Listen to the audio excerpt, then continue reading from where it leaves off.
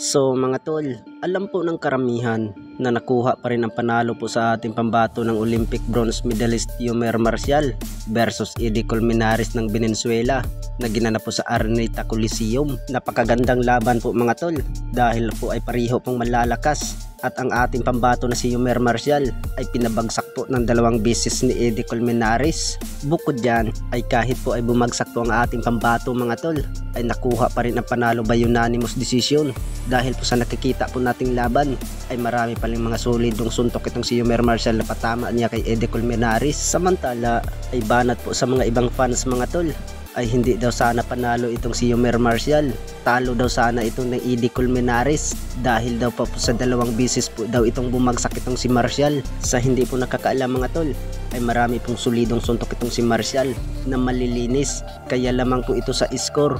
Dahil din sa panalo po ni Yomar Marcial mga tol ay nasungkit din niya ang WBC International Middleweight World Title.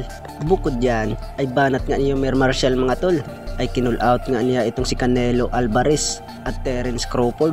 Sana nga daw ay maabutan pa daw niya ito, ay gusto daw makalaban po ni Yomar Marcial itong dalawa na mga superstar. Samantala ay magandang bakbakan to pag maabutan to sa ating pambato na si Yomar Marcial. Ang magandang itapat po kay Marcial dyan mga tol itong si Terence Crawford.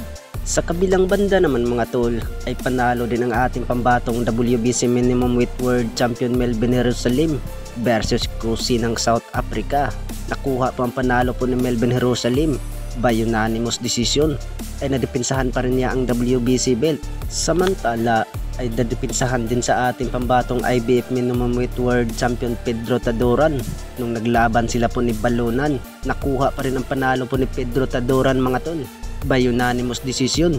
Sa hindi po nakakaalam mga tol ay banat po ni Pedro Taduran ay gusto din niyang labanan itong si Melvin Jerusalem para po sa unification fight dahil po ay hawak po ni Melvin Jerusalem ang WBC Minimum Weight World Title at IBF Minimum Weight World Title naman ang hawak po ni Pedro Taduran.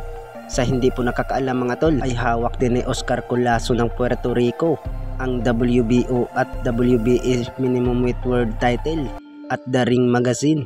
Sa ngayon ay banat po ng karamihan mga tol ay itong si Pedro Taduran daw ang magandang itapat daw kay Oscar Colazo para po sa unification fight dahil po ay sa hindi po nakakaalam mga tol ay nakalaban na po ni Melvin Jerusalem itong si Oscar Colazo.